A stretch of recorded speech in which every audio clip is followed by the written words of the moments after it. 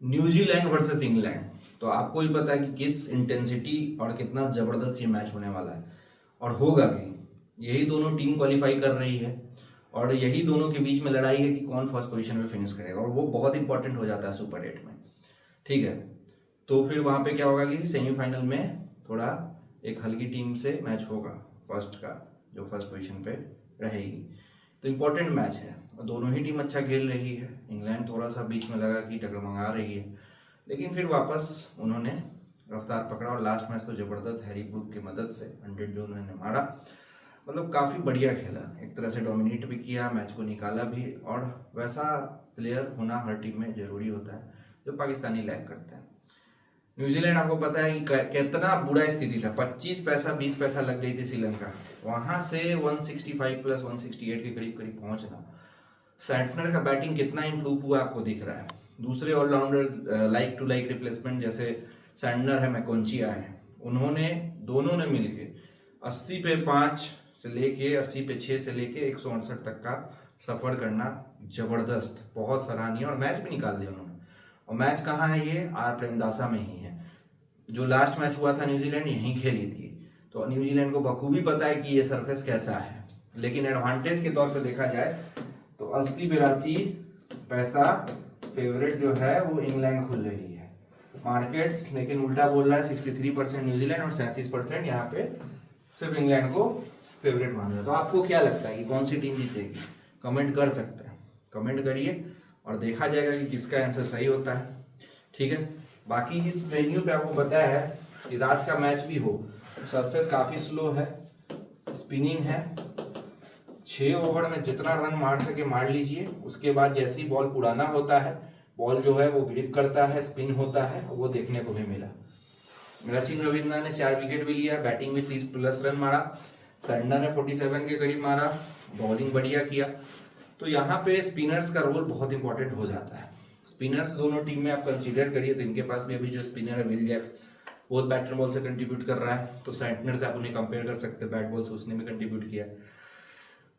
Main core bowler है आदिल रशीद, इनका core bowler Santner ही है। ठीक है, मैकोंची एक बॉलर होगा, उधर से लियम डॉसन हो जाएगा, फिर ग्लेन फिलिप्स फेंक लेता है। तो ओवरऑल दोनों ही टीम इक्वली प्लेस्ड है, इसलिए ये मैच जो है बहुत शानदार होने वाला है।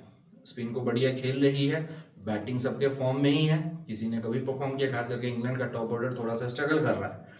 मिडिल ऑर्डर में एक आध विकेट झटका जहां जल्दी में, तो फिर आ जाएगा एकदम एक्सपोज होके down the order, lower down the order Will Jacks पे, जो कि फॉर्म में है। ठीक है, ओवरऑल मिडिल ऑर्डर तो न्यूजीलैंड का भी कमजोर दिख रहा है, लेकिन डैरियन मिचेल एक अच्छे प्लेयर हैं जो इस सरफेस पे खेल सकते हैं, और सचिन रविंद्र परफॉर्म करके दे रहे हैं। मिडिल ऑर्डर बोला जाए तो थोड़ा बेटर है न्यूजीलैंड का, टॉप ऑर्डर भी इनका परफॉर्मिंग रहा है। ठीक है, बाकी क्या लगता है आप बताइए, और फिर भी समझ में ना आए तो हम हैं, उमदा से भी बोलिए तो बहुत उमदा अपना काम चल रहा है, जो जुड़ेगा वो कमाएगा, नो डाउट। बाकी यस नॉट देखे तो 52-54 6 ओवर है इंग्लैंड और 51-53, तो कोई डिफरेंस नहीं, 1 रन का डिफरेंस है। लंबी 170-174 इंग्लैंड, 168-171 यहाँ पे न्यूजीलैंड है। तो अब देखिए यहाँ पे कि क्या लगता है। यहाँ पे श्रीलंका 168 तक रोक दी न्यूजीलैंड को, और उसी आसपास जो है वो सेशन घूम रहा है।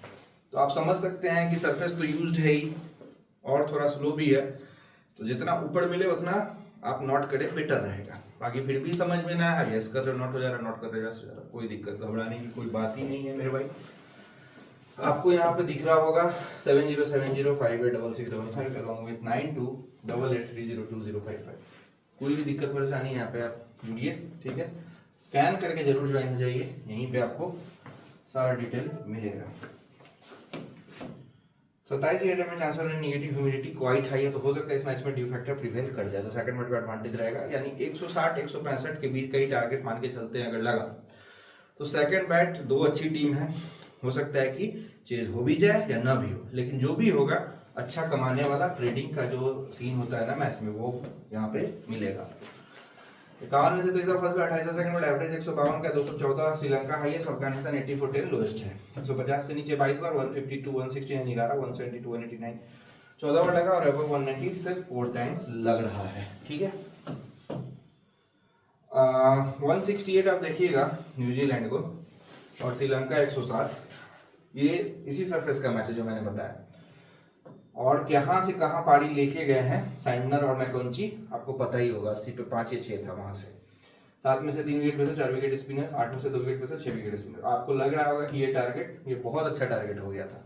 ये प्रेशर बनाने वाला टारगेट है, क्योंकि जहाँ टाइट बॉलिंग होगा और प्रेशर बढ़ते चला जाएगा और सरफेस में है ही ग्रिप, स्पिन होगा तो दिक्कत होगी। फिर बैट्समैन क्या स्ट्रोक मारने जाएंगे, विकेट देके जाएंगे। एक तो साला डायमेंशंस भी बहुत बड़ा है श्रीलंका का। 178 182 ये 3 बजे का मैच था, इसलिए ये चेज भी हो गया। ठीक है, 7 में से 4 विकेट पे से 3 विकेट स्पिनर्स, 4 में से 1 विकेट पे से 3 विकेट स्पिनर्स। 175 114 देखिए इंडिया पाक ये भी डिफेंड हो गया। ये भी सिंगल ईशान किशन 6 ओवर में डोमिनेट करने की वजह से यहाँ तक स्कोर पहुंचे। उसके बाद के प्लेयर्स का क्या हाल था आपको पता ही, कितना ज्यादा यहाँ पे स्ट्रगल कर रहे थे सब। तो तीनों ही पारी में ऐसा कुछ फ्री फ्लो बैटिंग नहीं देखने को मिला और नहीं ही होगा। 7 में से 1 विकेट पे से 5 विकेट स्पिनर, 10 में से 4 विकेट पे से 6 विकेट स्पिनर्स, 15 ओवर 27 विकेट जो है वो टोटल स्पिनर्स के पास है। तो काफी स्लो सरफेस में है जो मैंने पहले बताया। 27 मैचेस हुआ है, 16 और 10 का यहाँ पे रेशियो है 1 नो रिजल्ट से। तो न्यूजीलैंड यहाँ पे थोड़ा सा पीछे चल रही है, लेकिन अच्छा मौका है यहाँ पे एक मैच जीत के थोड़ा आगे बढ़े। और लास्ट 5 में देखें तो 3-2 का रेशियो है। Win win win win win loss है, win abandon win loss win है। तो यहाँ पे थोड़ा सा आप देख सकते हैं कि इंग्लैंड जो है लगातार बैक टू बैक मैचेस जीत के आ रही है, मोमेंटम के साथ है। लेकिन न्यूजीलैंड का थोड़ा सा अप डाउन चल रहा है, उतना तगड़ा मोमेंटम नहीं पकड़ पाएगा। लेकिन लास्ट मैच बहुत कॉन्फिडेंस बूस्टर मैच रहा है।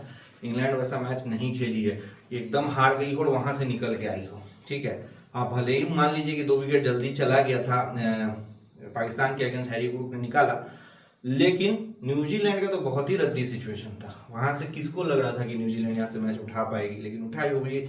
ऐसे बैट्समैन जो कभी परफॉर्म भी नहीं किए होंगे, आपके दिलो दिमाग में भी नहीं होगा, ये बहुत कॉन्फिडेंट बूस्ट करेगा पूरे टीम को। लास्ट 10 में से इंग्लैंड 6 जीत रही है, सॉरी न्यूजीलैंड, और ये 9 जीत रहे हैं। 168 का एवरेज, 236 हाईएस्ट, 125 लोएस्ट है। इनका 188 का एवरेज, 225 हाईएस्ट है, 153 लोएस्ट है। 3 मैच यहाँ खेली है न्यूजीलैंड, तीनों जीती है। बहुत जबरदस्त इनका स्टैट्स है इस वेन्यू पे। 159 का एवरेज, 170 हाईएस्ट, 141 लोएस्ट है। ये 2 मैच खेले, 1 जीते 1 हारे, 129 का एवरेज, 196 हाईएस्ट, 80 लोएस्ट है यहाँ पर। ठीक है,